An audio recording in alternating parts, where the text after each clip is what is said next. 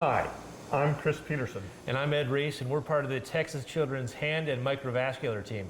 This Ready Stick was developed at Texas Children's Hospital for microvascular training, and we will use it for not only plastic surgery microvascular training, but also different subspecialties as well as cardiac. So we'd like to show you a little bit of this set in action to perform a microvascular anastomosis. The Ready Stick microsurgery trainer developed at Texas Children's Hospital is a silicone-based square that can be manipulated with a small insert to mimic muscles with tubing that has the ability to have fluid go through it. You can see here, just pushing the fluid through, you could use a dyed fluid to simulate and test your anastomosis.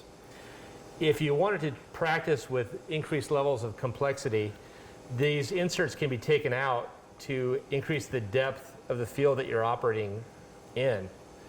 So the challenge goes up significantly as you go lower down, because you have to get the instruments, of course, as you would in a real case, to fix your anastomosis.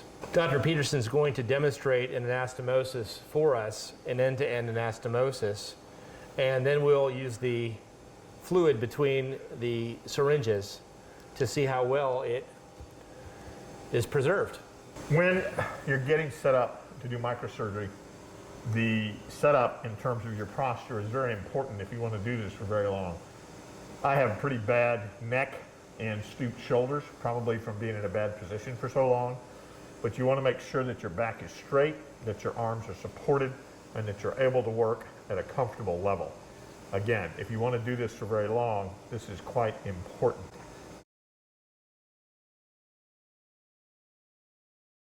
All right, so once you have the Ready Stick microsurgery trainer set up, you'll just have to divide the vessel and the tubing, which I'm about to do right now. Mainly for the purposes of holding this down, I'm going to put some microvascular clamps on here since Dr. Reese made it leak anyway. I'm going to replace the plastic one with a metal one just because it's a little heavier. Now, I'm going to be doing an end-to-end anastomosis today. The traditional way to do this is by what's called triangulation, where 3 sutures are placed 180 degrees apart. This was originally worked out by Alexis Carrel in his classic work on vascular anastomosis. And in fact, it holds the vessel open. So you would put 1, 2, 3 sutures. I personally prefer doing what's called the one-way up, or harashina technique, where you put a single suture in the center of the back wall, and then you walk your way around, and that way you can see every suture. Another option is to put 1 suture in the back and 1 in the front, and then you can simply turn the vessel 180 degrees. I personally prefer single clamps rather than double clamps. I think double clamps get in the way somewhat, unless you have something that's under a bit of tension. Now, obviously, you should never sew this under tension. There will be times, for instance, when you're placing a vein graft, which is somewhat elastic and might be under a little bit of tension. And in that case, you might, in fact, want a double clamp to help hold them together. So we're just about all ready. I'm going to load the suture. The suture comes on a little piece of foam. Generally, there are different brands and they're all a little bit different. But here's your suture right here. You've got to pull it out following the curve. And you've got to get it loaded in your instrument right. Dr. Ackland, who was one of my teachers, technique was to have it on some tissue, grasp it, and there it is in the needle. You want to try to get that tail out of your way if possible. So we're going to start off with the center back wall. You want the needle to be perpendicular to the vessel wall. You do not want to skive it. You don't want to run it like that when you go in so that you get a decent bite. This material actually is not totally dissimilar to a real vessel. You can see today I'm shaking. I had an extra cup of coffee. So then you want to put, again, re-grab your needle. You need to practice this. Go on the inside, make sure you have the intima. Normally you would irrigate the blood clots if there were any. Of course, in this model, there's no blood clots. If you don't want to sew with blood clots there, Now the motion for putting it in and taking it out is all I'm going to do is roll this instrument between my fingers. Sometimes you want to pull some of this through so it doesn't saw the vessel as you pull it. On a very small vessel, that might be prudent to do first. Dr. Reese is stabilizing this for me, fortunately. So now, you want to get this, when you get ready to tie, you want to get this coming as straight out the end of this instrument as you can, because then it'll go right where you point it. If you have it coming out the side like this, and you try to make your loops, often it's not where you want. See, my needle holder's not in great shape here. But I want to try to get this coming fairly straight out the tip like that. And try to keep your end where you can find it. So I'm going to make a double loop, a surgeon's knot. You can see it came out the tip a little bit. I may have to trade with Dr. Reese. He's got the pickups with the tying platform. See, I just rolled this between my fingers and turned it around so I can grab the suture easily. I'm going to lay this down, hopefully somewhere where I can find it. Some people say don't cross your hands. I really don't care as long as you tie the knot down. I like to do a surgeon's knot the first time, but the first knot should not move at all when you're grasping the second piece of suture.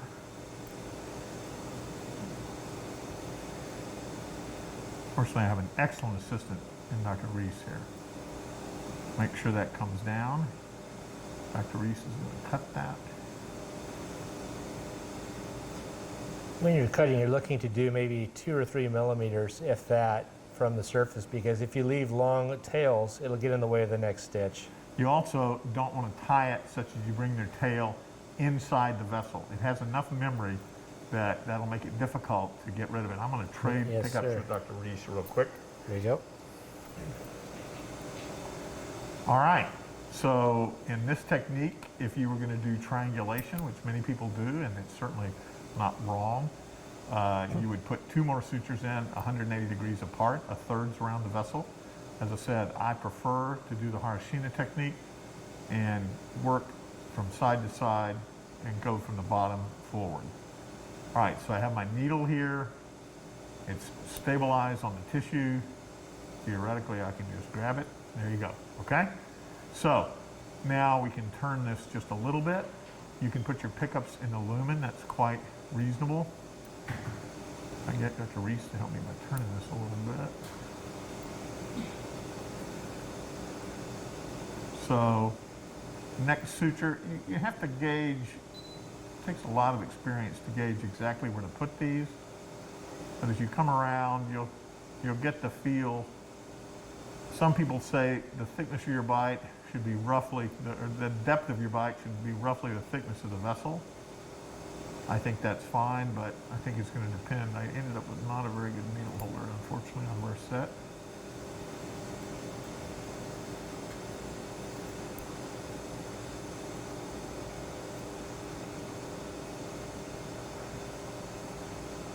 He's kind of up in space, and it's bleeding. You want to make sure this comes out at a right angle. In general, it's safer to do 2 bites.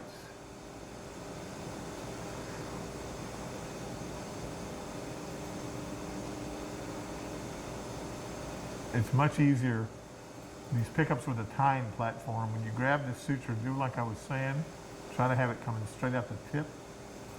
It's cheating using these. These are brand new. You'll never have these instruments again, at least not in my experience. Because of where the suture is, I'm going to leave my tips down.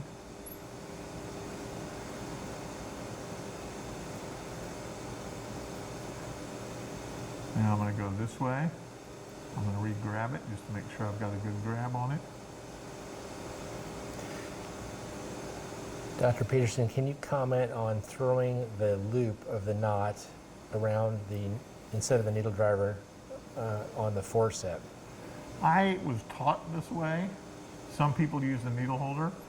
I don't have any issue with that, actually, as long as you do it well.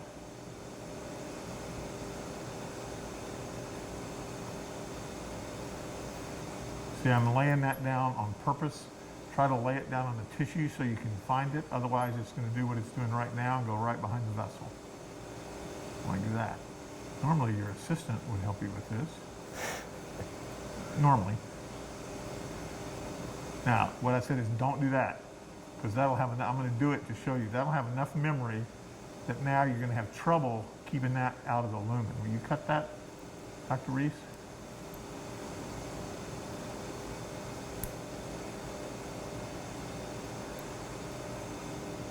You need to be hypercritical. My first suture doesn't look that great. I've got a bigger bite here than there, and that's really what you shouldn't do. My second one looks better. So now we're in the back. I've loaded this backhanded. A lot of residents don't want to do backhand, but you've got to be as good with the backhand as you are with the forehand if you're going to do this well. All right. Now, did I grab full thickness? Close, but I think I did. Nope, not quite. See, I did not really grab the intima, so I need to redo that bite. It's always better to do this right the first time because it's not that much fun at 2 o'clock in the morning redoing it. So the motion is to roll this out. I would like to make a comment in general for you young residents.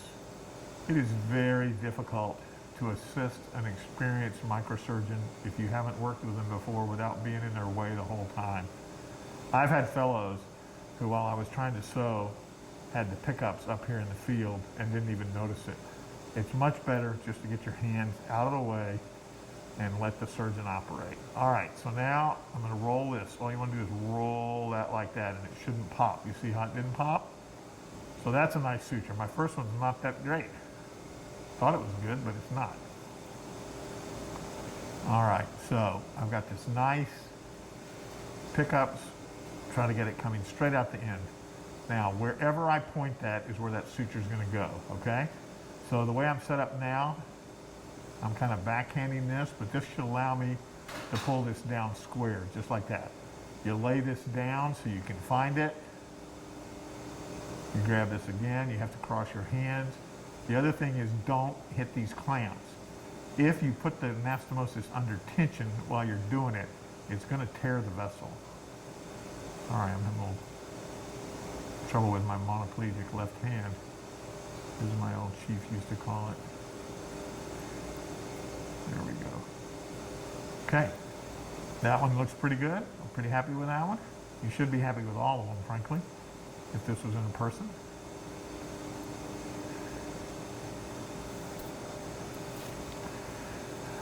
These instruments, the jaws are actually not flat in general.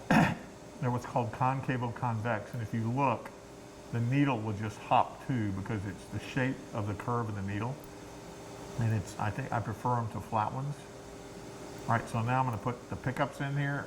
We'll come in fairly perpendicular. Come under. Again, push and roll is the motion. Everyone pulls up when they're putting that in, and it tends to tear the vessel. Again, roll this out, roll it. There you go. It didn't pop. Okay. I'm going to make sure got all the layers. Oops, that was not any good. Every time you run this along the inside of the vessel, you're cutting the intima, which is not good. So you want to avoid sliding that needle along the inside of the vessel as much as possible. So you want to get that just about that long. Again, try to bring this right out the tip, right there. Now, because that's down, I'm going to loop it this way. Whoops. Now, simply cross my hands. Don't run into the clamps. Tie that down. Lay that over there so it doesn't go right under the vessel again. Of course, he's going to try to anyway. And I'm really resisting the urge to help him because first off, he called me a fellow or a resident, and second off, he criticized how I helped. But that's a good point to everyone paying attention out there because for someone who is experienced, you will end up causing a delay in the surgery. I have to give Dr. Reese his due. We've operated together many, many, many times, very successfully. So I couldn't help it. He was my former fellow, though, you know, always my fellow. All right, watch this needle. Boom. See how it popped too? All right, so now we go back to this side. See, we're working our way around, and I can basically, this is a little hard. You have to move your whole hand sometimes, but you want to end up, you can either evert the vessel a little bit with your pickups or go in perpendicular. You want to make sure that you have a bite. You want to evert this anastomosis. One of my favorite sayings I think I came up with is this is really easy. You want to keep the inside stuff on the inside and the outside stuff on the outside, okay?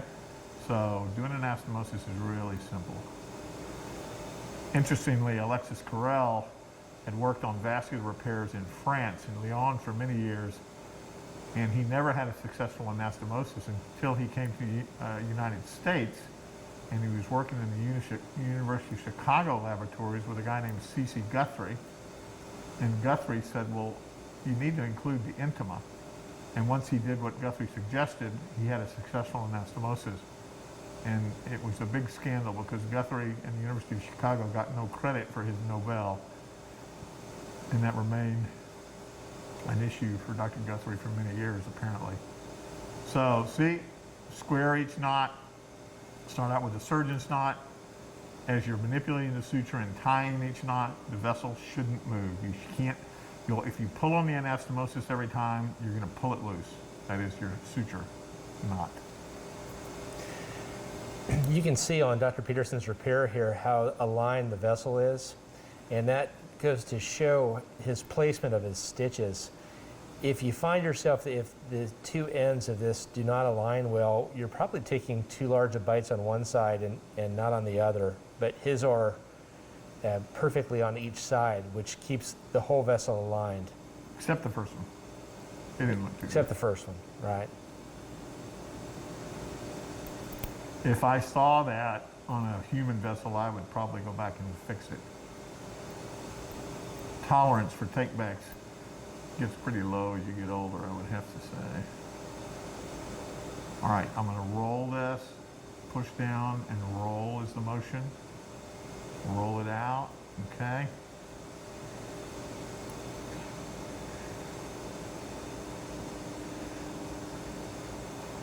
Get this coming straight out the tips if you possibly can. Now, despite the fact that it's down, I'm going to go this way this time. That way I can just cross my hands a little bit. Again, I don't understand why people say you shouldn't do that. I think as long as you don't want to do this. Run into the clamp. That way you're putting tension on the anastomosis while you're tying your knot. And I can assure you that will tear the vessel. Younger vessels will tolerate that kind of stuff, but older vessels that have early atherosclerosis will not tolerate it well. Do you change your technique, Dr. Peterson, if you have a lot of atherosclerosis when you're... Well, you just got to be super, super careful. Sometimes you'll have to try to pick your way around the plaque, and say in a diabetic vessel. Soft plaque is almost harder to deal with than hard plaque because the vessel just falls apart before you. Admittedly, hard plaque, the vessel can fall apart as well.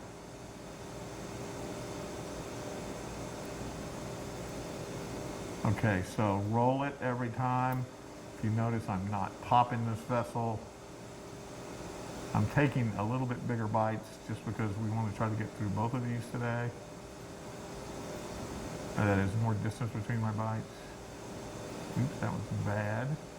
One bad thing to do is to grab this adventitia a little bit and then try to put your stitch in. You'll roll the adventitia inside. I've seen that done a lot of times. I'm so glad you filled this with water, Dr. Well, this is more water than a tropical storm. Which we happen to be sewing in. Hopefully Dr. Reese and I will be able to get home after this. But this, I find this model, really, the vessel is quite a lot like sewing, I would say at least an artery in a person about this size. It has about the same amount of give. See how nice and square that is? Now, the key is, when you do this, don't yank on that. Even a surgeon's knot, you'll loosen. So it's very important. Let me show you, that knot shouldn't move while I tie this, okay? Whoops. I have to add that I switched needle holders a little while ago. Our excellent plastic surgery coordinator here, Ray Lynn at Texas Children, I want to give her a shout out for replacing that for me.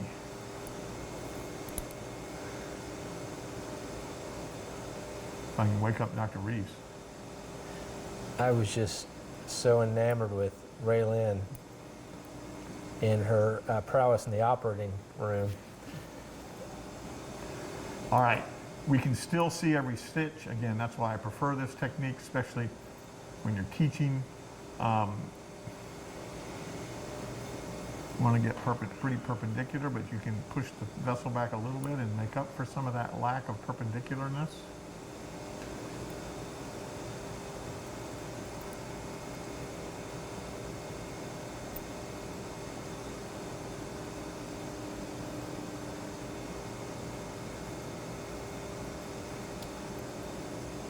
Roll this around, it'll be a little easier to grab that. Very simple to roll these round instruments between your fingers.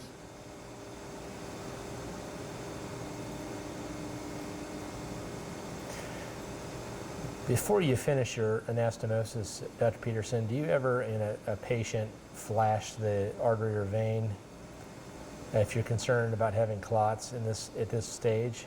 Not usually. I think if you do this expeditiously, my experience over quite a number of years is that it shouldn't clot.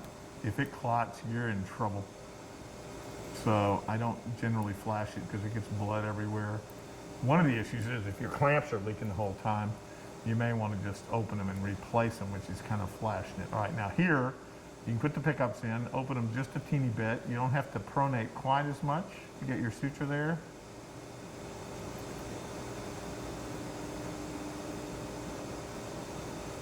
Still better to do this in two, I think. Turn this instrument so you can grab it so the jaws are parallel with the needle. Roll it out, like I said.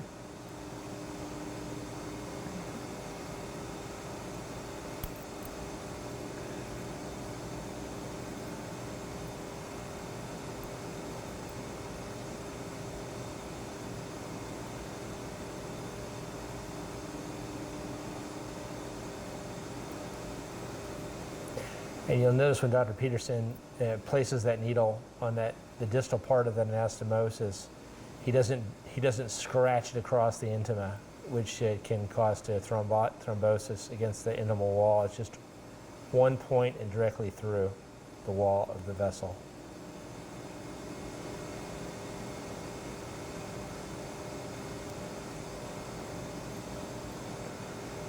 Now the last one, I think we'll be able to see this. You can either do the next to last one and leave a big loop and do two at once before you tie them and then cut the loop and tie the first one. Or you can just do it like this. Just because we're running out of suture and for the purposes of time, I'll just do it like this. However, if you can see the inside, then you can do it in one. Now, the Japanese have a technique they call the steel sign. If you want to see if you backwalled this, you flip it over with the needle in there, and you'll see the needle through the vessel wall much better than you will the suture later. So I prefer to do that, even if I'm pretty sure I didn't get it. I will usually check that before you pull the needle through. Now, when you get down to this much suture, you're trying to impress your hospital administrator. That's not going to be tight, but in a person, I would normally get another suture at this point, but you can also use a pair of pickups.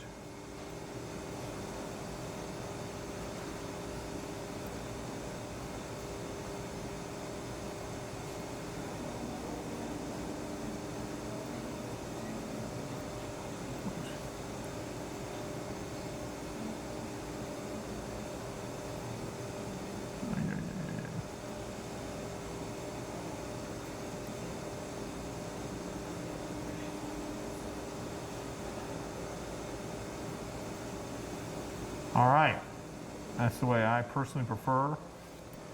You need to put this suture back on the little suture card and hand it to the nurse. These sutures are not visible on x-ray. Generally, we don't worry about it if we lose one, although sometimes the nurses will want to get an x-ray, but they won't show up. So,